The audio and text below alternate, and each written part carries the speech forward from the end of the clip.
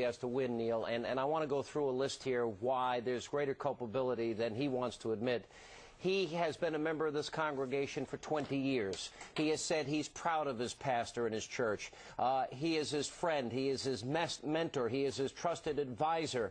On the day that he announced that he was going to run for president, he disinvited the pastor, and according to reports said, well, you can kind of get rough in those sermons. He knew that his pastor went to Tripoli to meet Gaddafi with Louis Farrakhan, one of the biggest racists and anti-Semites in the country. Well, he didn't leave his church when his church gave a Lifetime Achievement Award to Farrakhan. There is no excuse. Not only, Neil Bortz, is he unfit to be a senator, he is certainly unfit to be president.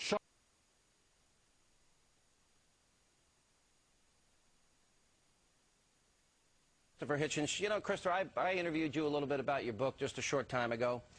It made me think a lot. Jerry Falwell, because I do know him, he does a lot for people that are in trouble. He gave a lot of scholarships to his school. He helped women that were pregnant and needed help. He'd give them food and a place to live and an education. He did a lot to people that are alcoholics and et cetera, et cetera. You have your hostility towards religion, and that's without saying.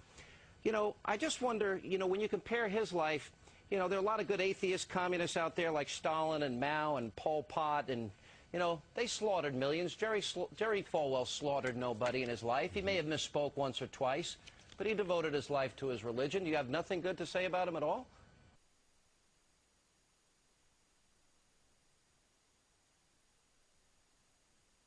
What we saw on Tuesday, as terrible as it is, could be minuscule if in fact God continues to lift the curtain and allow the enemies of America to give us probably what we deserve. Well, Jerry, that's my feeling. I think we've just seen the antechamber to terror. We haven't even begun to see what they can do to the major population. The ACLU's got to take a lot of blame for this. Oh, yeah. And I know I'll hear from them for this, but throwing God, or successfully with the help of the federal court system, throwing God out of the public square, out of the schools.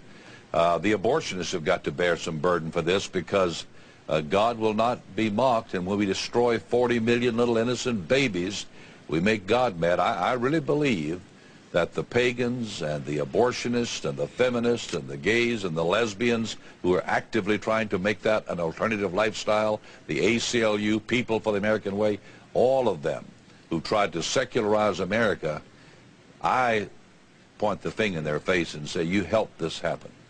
Well, I totally concur.